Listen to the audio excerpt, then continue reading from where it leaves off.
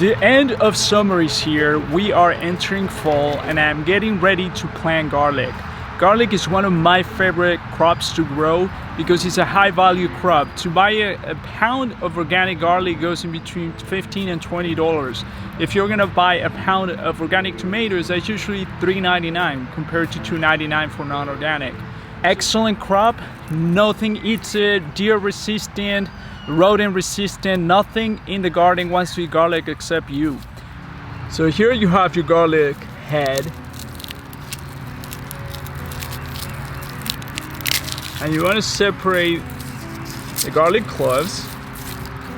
And you see the skinny part facing up, so that's how you want to position the garlic clove in the ground. You want to plant it usually around 1 or 2 inches deep, no more than 2 inches. You want to separate the cloves right before you plant them. I usually don't do it a week or days earlier because I don't want them to dry too much.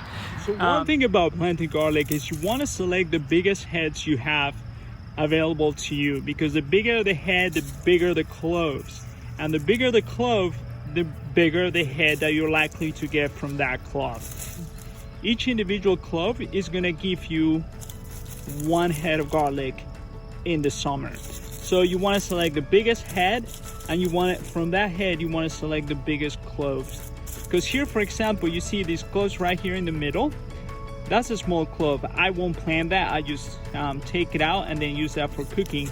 And the ones that I want are these really nice big cloves. And that's what you're gonna plant, because like, look at this. This is a pretty big clove. That's gonna give you a nice head of garlic in the summer. The other thing to make sure you get a nice big head of garlic is spacing. So you want to space the garlic approximately 10 to 12 inches apart from each clove. So I am planting these cloves here, the tip goes up, and then I want to make sure that I space it. So the next cloves is at least, and I do it with my fingers because I have big hands, I try to space it 10 inches in each direction. So I make sure that there is plenty of space for that plant to grow, because that way the plant is going to have access to more nutrients and you're likely to get a bigger size head of garlic at the end of the season. So now my garlic cloves have been planted, and the next thing that I do is I mulch. So by adding a ton of leaves on top of your garlic cloves, you're insulating the soil, so you're gonna keep them nice and warm, keeping the organic life in the soil active, but you also do it essentially after the first killing frost, when the temperature is steadily under 40 degrees or at 40 degrees at night. So when you see that a week is pretty solid at 40 or under 40, that's usually a good time to start planting garlic. You don't want to plant garlic if you're going to have a week of weather in the 60s, because what's going to happen is your garlic is going to start to sprout. And once it starts to sprout and then it gets cold, it dies. And then you have to resprout. So the garlic clove doesn't die, but that plant, the leaf that started to grow, will die.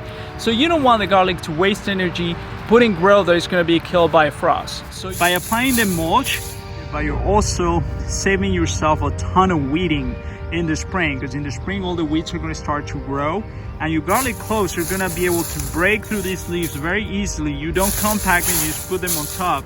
And I usually put about almost a foot of leaves on top of my garlic beds, and the garlic cloves grow right through them. You don't have to worry about removing the leaves or doing any of that. It will grow right through it, and it will keep the beds nice and moist, so you don't have to worry about watering. I really don't water my garlic.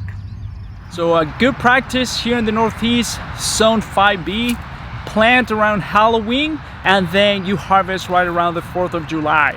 So it's kind of a holiday crop. Halloween and the 4th of July, that's usually the length of time the garlic requires to grow. And because it's growing in winter, it doesn't really compete with any of the other plants that you have in your garden.